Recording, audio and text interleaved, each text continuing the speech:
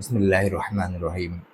সম্প্রতি দেখা গিয়েছে মুফতি তাকি উসমানী সাহেব, যিনি পাকিস্তানের একজন বিখ্যাত আলিমে দ্বীন এবং পুরো পৃথিবী জুড়ে তার নাম রয়েছে তার দ্বীনের কাজের জন্য, তিনি যে দ্বীনের খিদমত করেছেন তার জন্য। আর ইসলামিক ফাইন্যান্সের উপর তিনি খুবই মাহারত রাখেন, এতে কোনো সন্দেহ নাই। তো সম্প্রতি দেখা গিয়েছে যে মুফতি তাকি উসমানী সাহেব ক্রিপ্টোকারেন্সি এর ব্যাপারে ফতোয়া দিয়েছেন যেটা না জায়েজ, এটা জায়েজ নয়। আর এটা নিয়ে আলোচনা সমালোচনা দুটাই হচ্ছে। এখানে বোঝার বিষয় হলো যে একজন আলিমে দ্বীনকে আপনি ফাতোয়া দেওয়া থেকে দাবি রাখতে পারেন না। হ্যাঁ, যে আলিমে দ্বীন নয়, যার কাছে ইলম নয়, যে সাহিবে ইলম নয়, সে ফতোয়া দিতে পারে না। কিন্তু যে একজন আলিমে দ্বীন, সে তো ফতোয়া দিবে।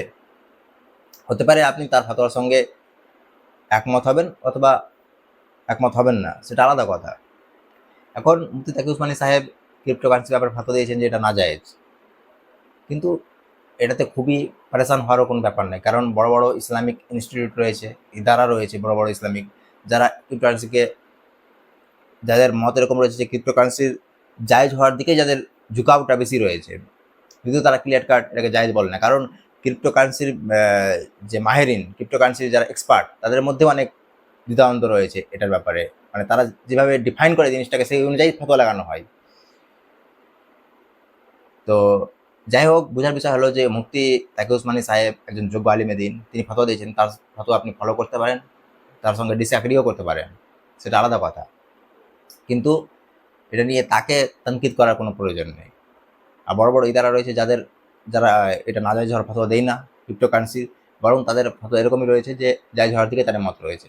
এখানে বেসিক জিনিস ওটাই, যে ইসলামের যে লেনদেনের, ব্যবসা করার যে বেসিক উসুলগুলো, প্রিন্সিপালগুলো রয়েছে, সুদ ইনভলভ না হয়, ধোকা ইনভলভ না হয়, সেই জিনিসগুলোকে, মানে আরও যে বিভিন্ন জিনিসগুলো রয়েছে, সেই জিনিসগুলো দেখলেই সেটা অনুযায়ী ফয়সলা ক্রিপ্টোকারেন্সির ক্ষেত্রেও করতে হবে।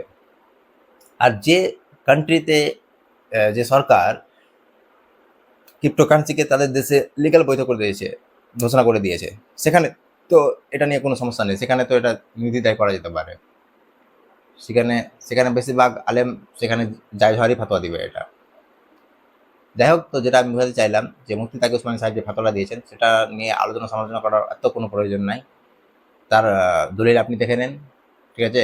আর যারা জায়েজ হওয়ার ফতোয়া দেয়, সে আলিমে দ্বীনদের দলিল আপনি দেখে নেন, আপনাকে যেটা কোরআন সুন্নাহর কাছে মনে হচ্ছে সেটা আপনি ফলো করেন। ওকে, দাওয়ানা আলহামদুলিল্লাহি রাব্বিল আলামিন।